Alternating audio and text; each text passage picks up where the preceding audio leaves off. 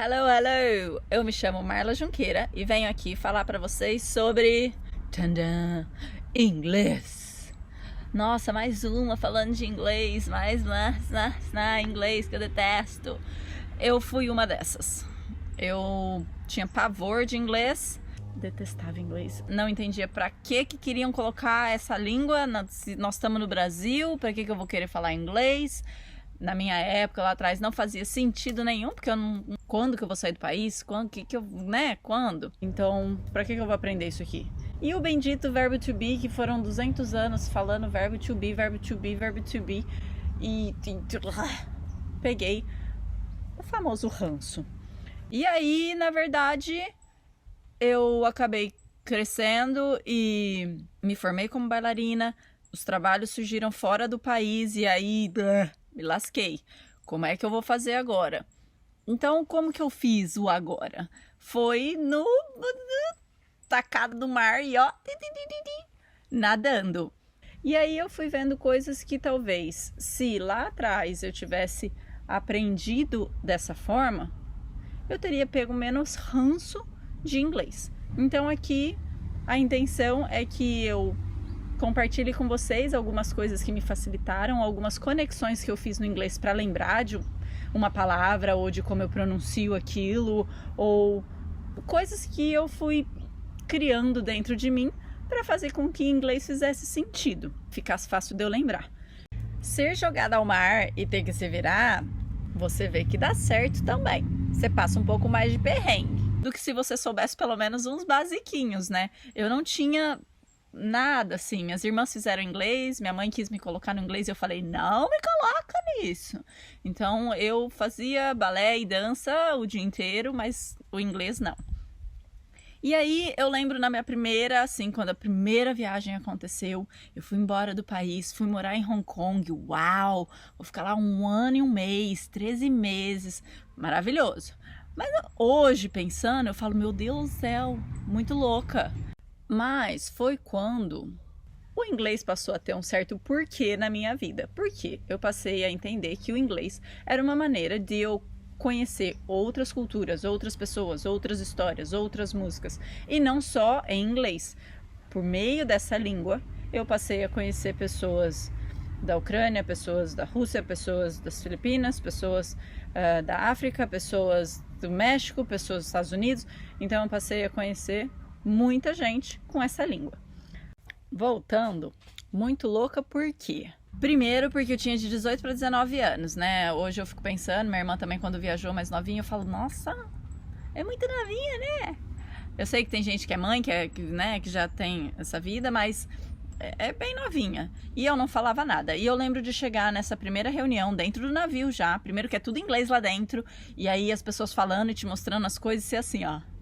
Você nem entendendo, ou seja, tudo novo, mas a língua que você não entendia, a explicação daquele novo. E eu cheguei numa reunião e o diretor de entretenimento chegou lá no palco e começou, hello, blá blá blá blá, nation. Thank you very much. 1 hora depois de reunião, tudo que eu entendi foi hello e thank you very much. Sem brincadeira, sem zoeira, desespero, pânico, assim, ó. Aquela dormência corpórea, porque pânico, de não estar entendendo nada.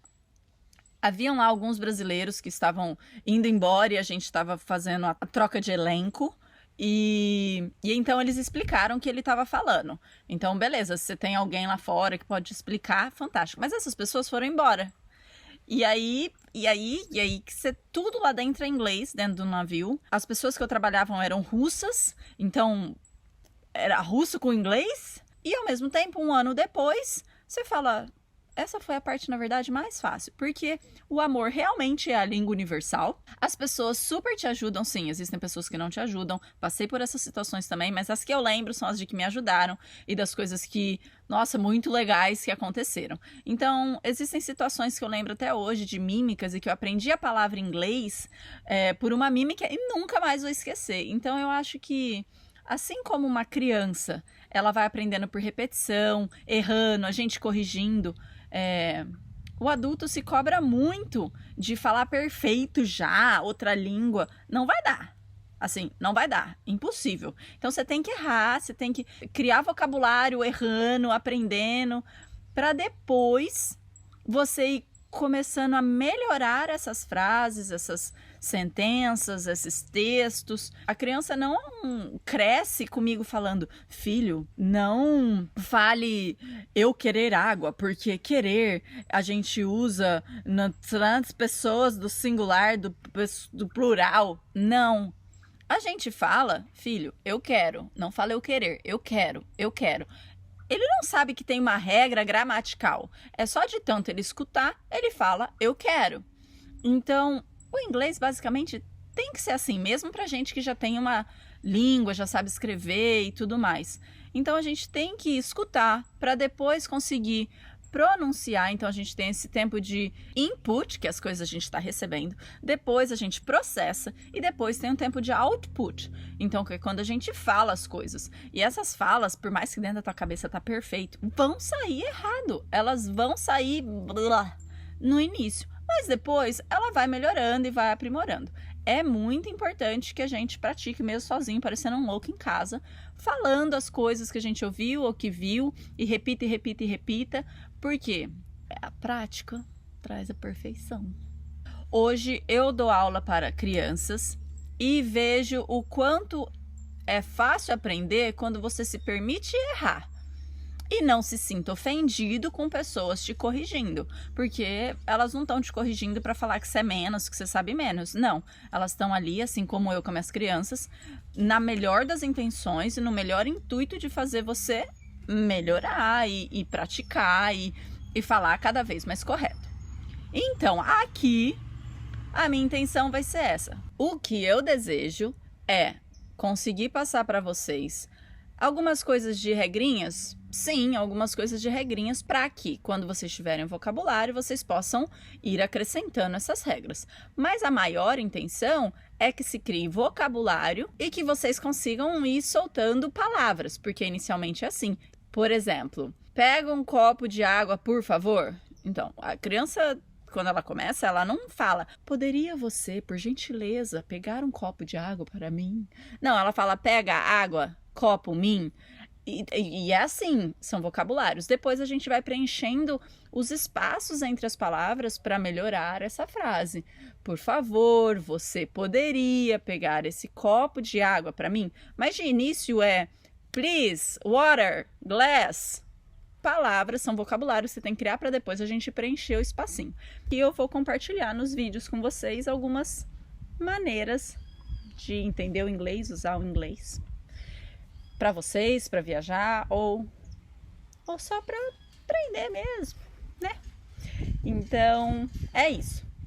Hoje eu vou iniciar com algo que nem sempre a gente faz, né? A gente acaba começando já por verbo to be. Mas eu vou começar aqui com o alfabeto. Como a gente lê as letras do alfabeto nessa outra língua. Aquilo que a gente tecnicamente chama de fonética da língua, que é como que sai, como que, né, você fala aquela língua. Então, o A, o o E, que tem acento, isso nas outras línguas também. Então, aquele símbolo, como que eu pronuncio, né? Qual que é o som daquele símbolo. Então, eu vou estar mostrando como que essas letras no inglês soam. Por exemplo, a letra A, que pra gente tem o som de A ou de an, quando tem o tio, e que é muito difícil para o pessoal que não fala o português falar esse som nasalado, assim, nunca sai um caminhão, sai sempre caminhão. E para explicar também que nem sempre a maneira que a gente pronuncia essa letra sozinha, dentro de uma palavra, ela passa a ter diferentes sons. Então, assim, o A nem sempre vai ser A, que é o A em inglês. Eu vou fazer aqui com vocês a leitura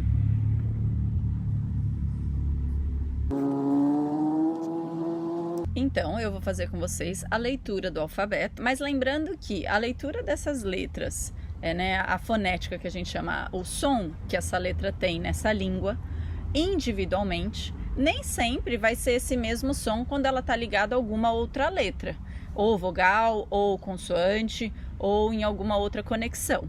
Então, a gente vai estar lendo essas letras separadas, mas vocês vão ver que elas às vezes mudam de som numa palavra.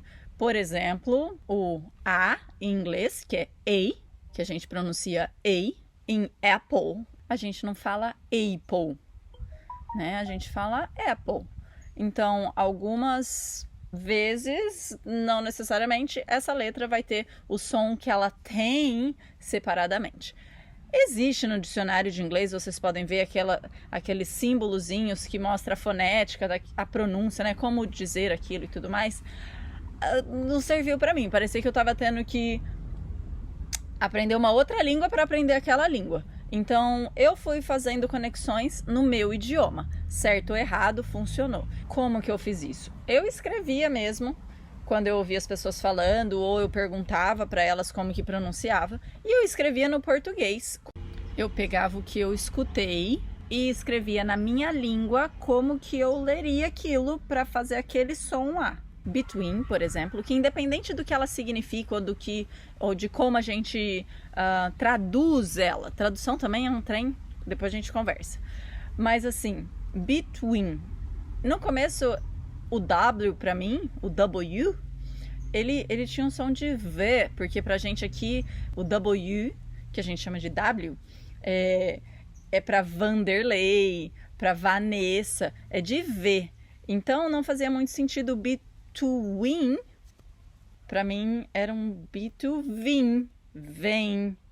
Então eu comecei a escrever assim, between, que para mim fazia sentido, mas não é para escrever a palavra assim, hein? É só para você lembrar como pronuncia a palavra. Essas dicas não são para você escrever lá num texto e escrever between, pelo amor de Deus. É só pra gente entender a fonética, o som, a maneira que te facilita lembrar o som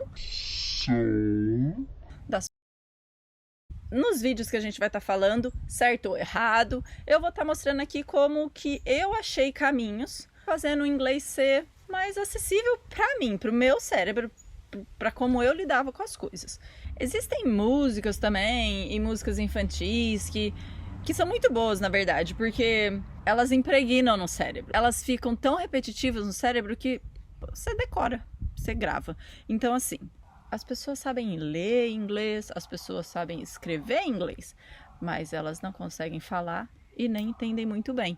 Então, a gente vai tentar aqui mais sobre falar do que ser perfeito em escrever nesse primeiro momento, tá? Pra gente fazer como uma criança, quando ela nasce, ela não escreve mamãe.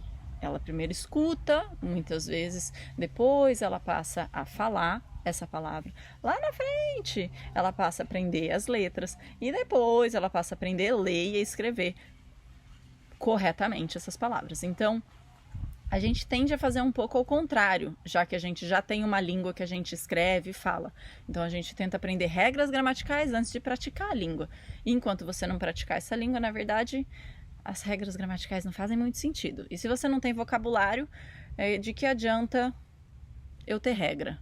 Então, você tem que ter palavras, errar um monte, e aí construindo frases e tudo mais. Importante lembrar que sotaques acontecem no próprio inglês e é óbvio que vai acontecer com você, que não tem a sua língua mãe inglesa, e sim uma outra língua, no caso a nossa língua brasileira, você vai ter um sotaque, porque a tua língua, o seu músculo tá acostumado a fazer outros movimentos para produzir diferentes sons, né? Dito isso, eu vou começar então com as vogais. Por quê?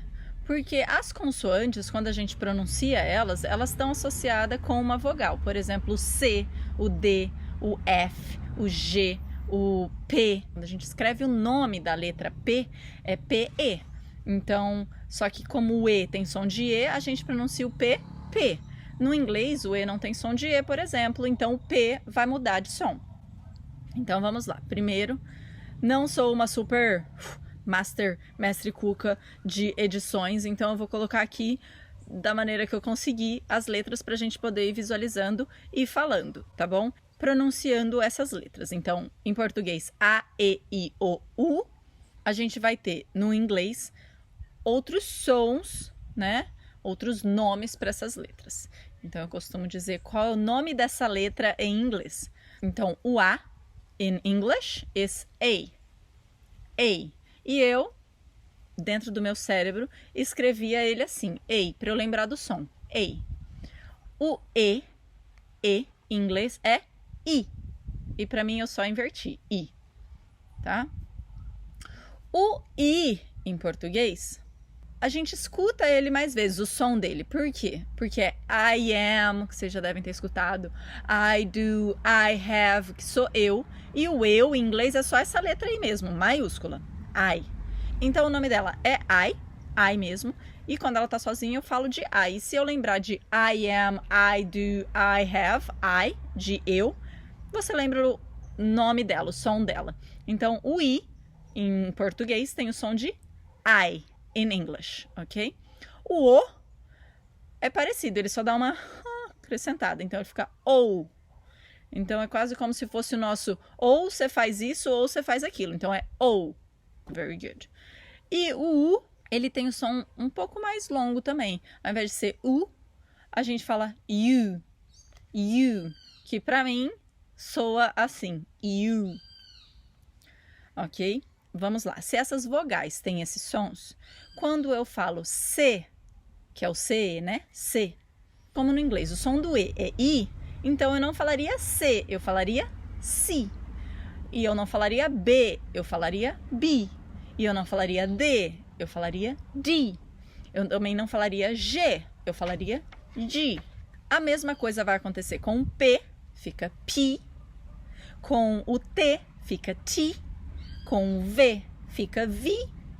E o Z, fica Z. Ok? Então, temos as vogais A, E, I, O, U. E temos as consoantes que associada ao E tem o som de I, tá? B, C, D, G, P, T, V, Z. Alright? São essas as nossas consoantes com som de I junto dela. Depois a gente tem as que a gente pronuncia começando em vogal e terminando em vogal. Por exemplo, F, L, M, N, S. No inglês, a gente não pronuncia esse final, essa vogal final. Então ficaria F, L, M, N, S. Sem esse E final. Bem parecido, a gente só engole esse E final. Então, vamos repetir essas que começam com a vogal e terminam com a vogal no português, mas que no inglês não terminam com o som da vogal. F, L, M, N, S. Ok.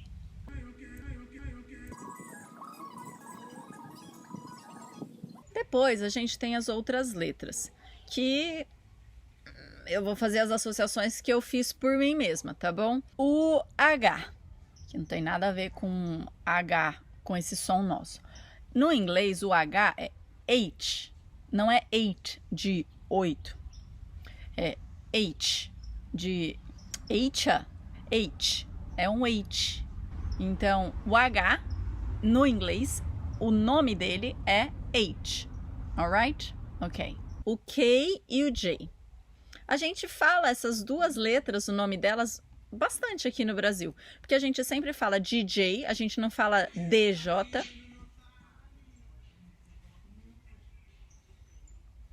A gente fala DJ, né?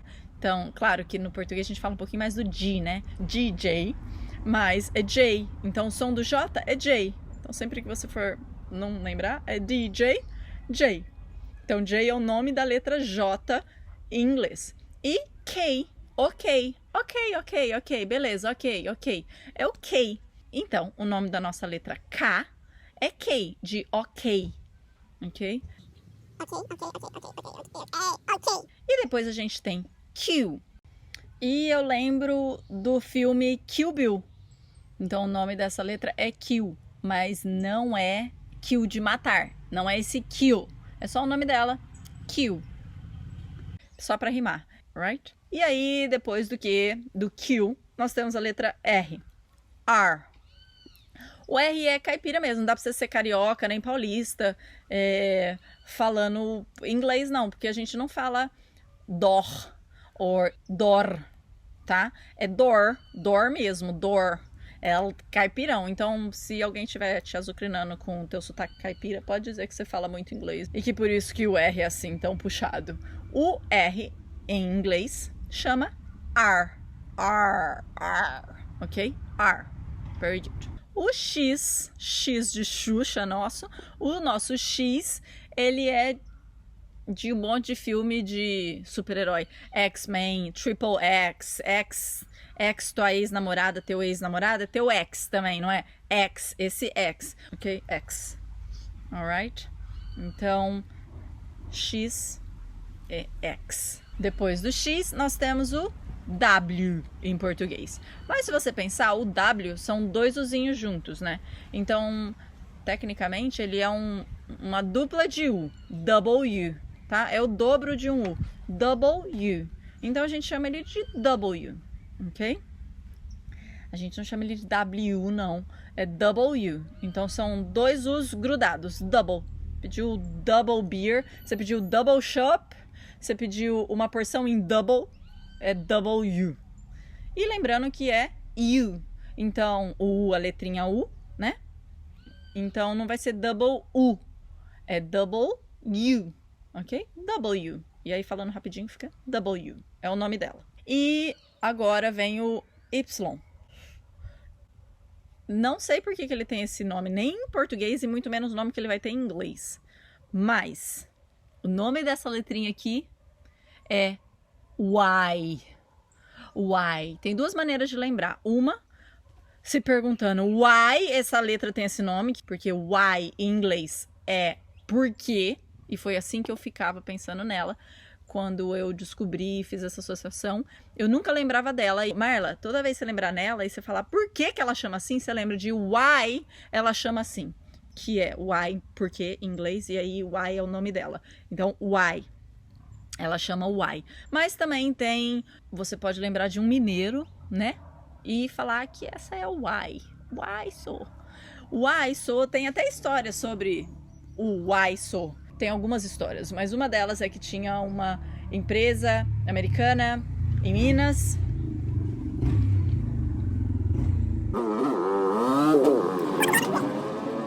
E nessa empresa...